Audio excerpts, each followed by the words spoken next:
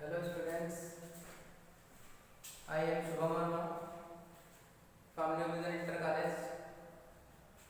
Corona महामारी के चलते हुए आप लोगों को ऑनलाइन स्टडी प्रोवाइड की जा रही है, जिससे कॉलेज आने जाने में बहुत कठिनाई हो रही थी। कॉलेज बंद कर दिए गए हैं, जिससे आप लोगों का घर बैठे बहुत लॉस हो रहा है। तो ज़्यादा उसके बारे में ना बता के सब लोग जानते ही हैं, मैं सीधे अपने टॉपिक पे आता हूँ। और केमिस्ट्री का क्लास 10 का first chapter chemical reactions and equations, रासायनिक समीकरण और रासायनिक अभिक्रियाएं के बारे में आप लोगों को बताता हूँ और ये फर्स्ट लेसन आप लोगों को स्टडी कराता हूँ। इसमें सबसे पहली बात आती है केमिकल रिएक्शंस की रासायनिक अभिक्रियाएं क्या होती हैं। तो रासायनिक अभिक्रिया वह क्रिया जिसमें एक या एक से अधिक पदार्थ अभिक्रिया करके नया पदार्थ बनाते हैं, उनको हम रासायनिक अभिक्रियाएं कहते हैं। जैसे मैग्नीशियम धातु को वायु में जलाने पर मैग्नीशियम ऑक्साइड का चूर्ण बनता है। यहाँ पे हमने Mg ले लिया और ये आपका ऑक्सीजन ले लिया। इसके साथ जब मैंने क्रिया कराई तो यहाँ पे MgO यानी कि मैग्नीशियम ऑक्साइड बनता है। तो और यहाँ पे मैंने जो अभिकारक लिखा है और उत्पाद, तो जो अभिक्रिया के पहले जितने भी अणु मिलते हैं ये अभिकारक कहलाते हैं, और देन जो बनता है न्यू प्रोडक्ट, इनको हम उत्पाद बोलते हैं। इनको पहचानने के अभिकारक वे होते हैं जो अभिक्रिया में भाग लेते हैं, या अभिक्रिया होने से पहले जो हमारे तत्व होते हैं उनको हम अभिकारक बोलते हैं। आफ्टर दैट जो हमारा न्यू प्रोडक्ट बनता है, यानी कि अभिक्रिया के बाद जो पदार्थ बनता है उसको हम उत्पाद बोलते हैं। फिर नेक्स्ट है रासायनिक समीकरण किसे कहते हैं, या केमिकल इक्वेशन किसे कहते हैं। तो रासायनिक अभिक्रिया को रासायनिक समीकरण के द्वारा निरूपित किया जाता है। रासायनिक समीकरण में निरूपित करने का मतलब जो हमारे तत्व होते हैं उनके प्रतीकों के साथ और उनके जो भौतिक अवस्था होती है। भौतिक अवस्था का मतलब कौन सा तत्व सॉलिड स्टेट में है, कौन सा तत्व लिक्विड में है, कौन सा एक्वस है और कौन सा गैसीय स्टेट में पाया जाता है। तो यहाँ पे हमने मैग्नीशियम से वही रिएक्शन का एग्जांपल ले लिया, मैग्नीशियम ले लिया और ऑक्सीजन ले लिया। यहाँ पे ऑक्सीजन का सिंबल O2 लिख दिया, मैग्नीशियम का Mg लिख दिया और इसकी क्रिया करा दी, तो यहाँ पे मैग्नीशियम ऑक्साइड बन गया। फिर इसके नीचे S लिखा क्योंकि मैग्नीशियम सॉलिड अवस्था में होता है, और ऑक्सीजन के नीचे G लिखा क्योंकि ये गैसीय स्टेट में पाया जाता है। आप लोगों ने 9th में पढ़ रखा होगा द्रव्य की अवस्थाएं, उसी से है ये। और मैग्नीशियम ऑक्साइड जो चूर्ण बनता है ये आपका सॉलिड होता है।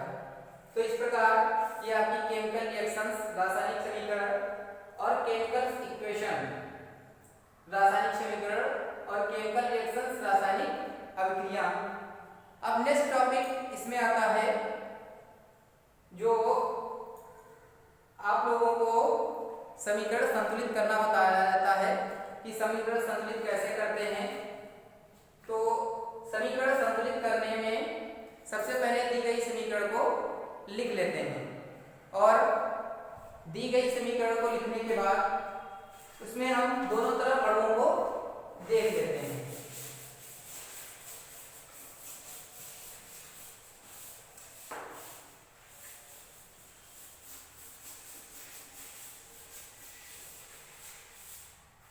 तो यहाँ पे कोई भी रिएक्शन ले लेते हैं, जैसे Fe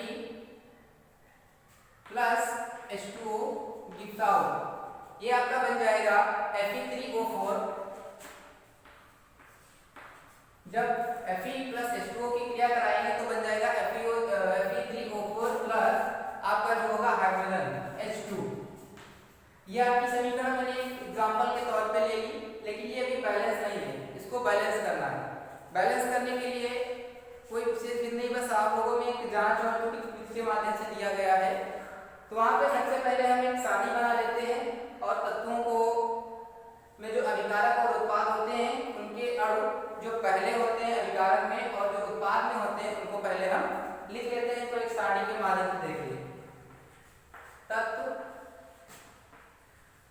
अभिकारक और उत्पाद। सारणी बना लेते हैं। तत्व हमारे कौन कौन से पहले वो लिख लेते हैं, फेरस है, हाइड्रोजन है और ऑक्सीजन है। इन तीनों के तत्व तीनों को अलग अलग लिख लेते हैं और फिर अभिकारक में इनकी संख्या देख लेते हैं। फेरस में इधर 1 है और उत्पाद में 3 है, तो इधर 1 लिख देंगे, इधर 3। फिर हाइड्रोजन ले लेते हैं, तो हाइड्रोजन इधर 2 है और उत्पाद में भी 2 है। ऑक्सीजन हमारा जो अभिकारक में है वो 1 है और इधर 4 है। तो इस प्रकार पहले सारणी बना के लिख लेते हैं, फिर तत्वों की तुलना कर लेते हैं। तो इधर उत्पाद 3 वो फेरस उत्पाद में 3 है और इधर इक्वल करने के लिए हम अगर 1 को 3 से मल्टीप्लाई कर दें तो 3 हो जाएगा।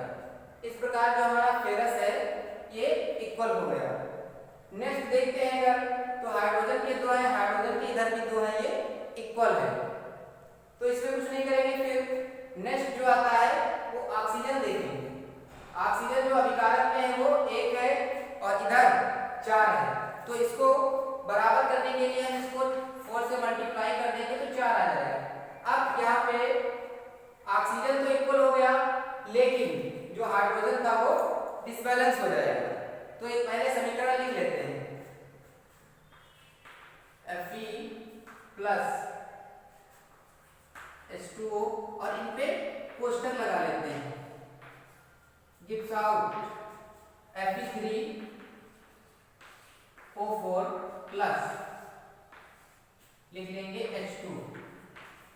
तो कोष्टक के बाद पहले जो हमने संतुलित किया है वो लिख लेंगे। Fe यहाँ पे 3 कर दिए हैं और जो ऑक्सीजन आपका उधर 4 था, इधर 4 कर दिए। जब इतना हो गया तो अब हमारा हाइड्रोजन डिसबैलेंस हो गया। हाइड्रोजन जब यहाँ पे हम हाइड्रोजन को बैलेंस करने के लिए इसको हम 4 से मल्टीप्लाई कर देंगे और इसको 4 से, तो ये 4 to the 8 और 4 to the 8। अब ये दोनों पक्षों में इक्वल हो गया, तो अब इसको यहाँ पे हम 4 लगा देंगे और फिर नेक्स्ट स्टेप में जो हम ब्रैकेट रिमूव करके उसकी भौतिक अवस्थाओं के साथ रिएक्शन को लिख देते हैं। तो 3Fe plus 4H2O gives out Fe3O4 plus 4H2O। ये हमारी समीकरण बैलेंस हो गई, सॉरी 4H2 ये लिखते हैं। अब इसकी भौतिक अवस्थाएं, फेरस सॉलिड है, जल लिक्विड है और ये सॉलिड है और हाइड्रोजन हमारी गैस है।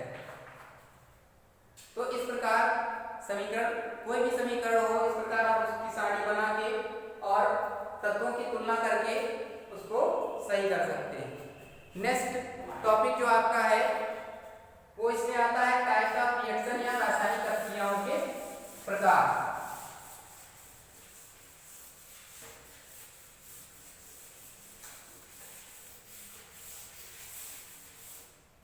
तो रासायनिक अभिक्रियाओं के प्रकार समझने से पहले एक बात जान लीजिए कि अभिक्रियाओं को संतुलित क्यों किया जाता है। क्योंकि आप लोगों ने पढ़ रखा है द्रव्यमान संरक्षण का नियम कि जितने भाग अभिकारक में अणुओं के हों उतने ही उत्पाद में होने चाहिए, इसलिए ये बैलेंस की जाती है। फिर रासायनिक अभिक्रियाओं के प्रकार के बारे में, रासायनिक अभिक्रियाओं के प्रकार।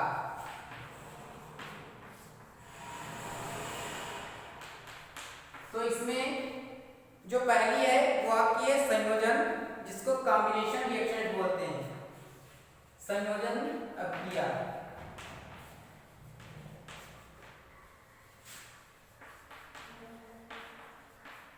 संयोजन अभिक्रिया इंग्लिश में इसको बोलते हैं कॉम्बिनेशन रिएक्शन, यानी कि संयोजन अभिक्रिया। कॉम्बिनेशन रिएक्शन में क्या होता है, वह अभिक्रिया जिसमें 2 या 2 से अधिक पदार्थ मिलकर कोई एक नया पदार्थ बनाते हैं उसको हम संयोजन अभिक्रिया कहते हैं। वह अभिक्रिया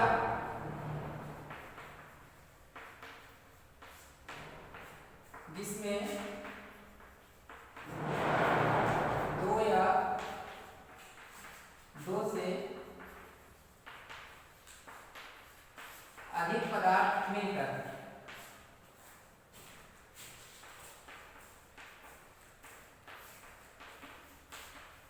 एक नया पदार्थ बनाते हैं। जैसे इसका एग्जांपल देख लेते हैं।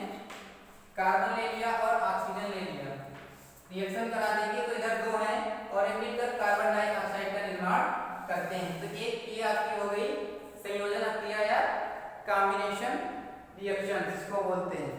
इसके बाद जो इसका दूसरा प्रकार है वो है अपघटन या वियोजन क्रिया।